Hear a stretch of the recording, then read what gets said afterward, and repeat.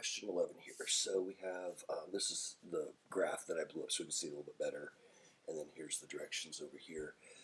So consider the function to the right. The function has a relative max of this at that. So when it's asking for the relative maximum, it's asking for y values. And then it's going to ask where it's happening, or in this case, it's actually saying at x equals. That's going to be the x that it happens. So this would have a maximum of 5, and then in that second box, at x would equal 0. You don't need to type the x equals just to put that there. And then the function has a relative minimum, so its lowest point, and this is the discounting these parts that go to infinity and negative infinity, so the relatives are the stuff that's happening in the middle. So it has a relative minimum of -2, so that's the value of it, and then it's occurring at 7. Next one, the function is increasing on the interval or intervals. So increasing means it's getting bigger as we go left to right, and then decreasing would be this part here where it's getting smaller. So every time I go to the right, it gets smaller. Whereas increasing, every time I go to the right, it gets bigger. So my increasing intervals are going to be here and here. Increasing, decreasing constant is always reported in terms of the x interval on which it is happening.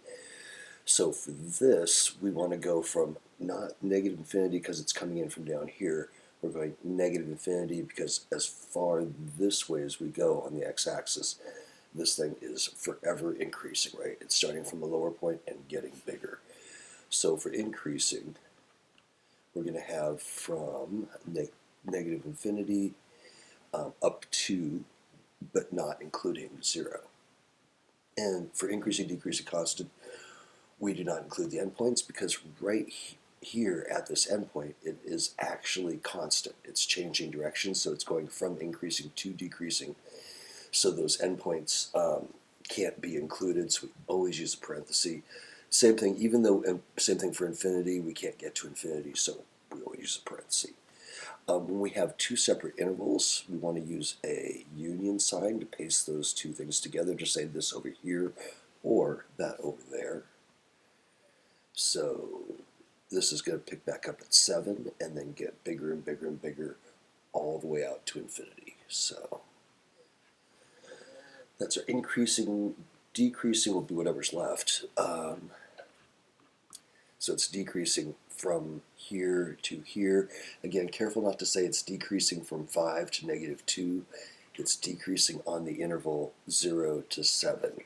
And I know it makes more sense to say it's decreasing from 5 to -2, but that's not what it's asking. It's asking where is it decreasing, and that's happening on this interval. And lastly, we got domain and range, so those are easy this time.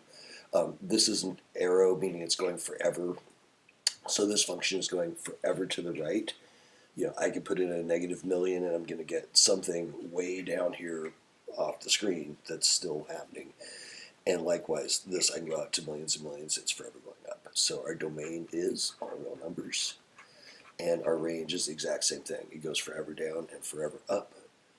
So negative infinity to infinity. Hopefully that helps.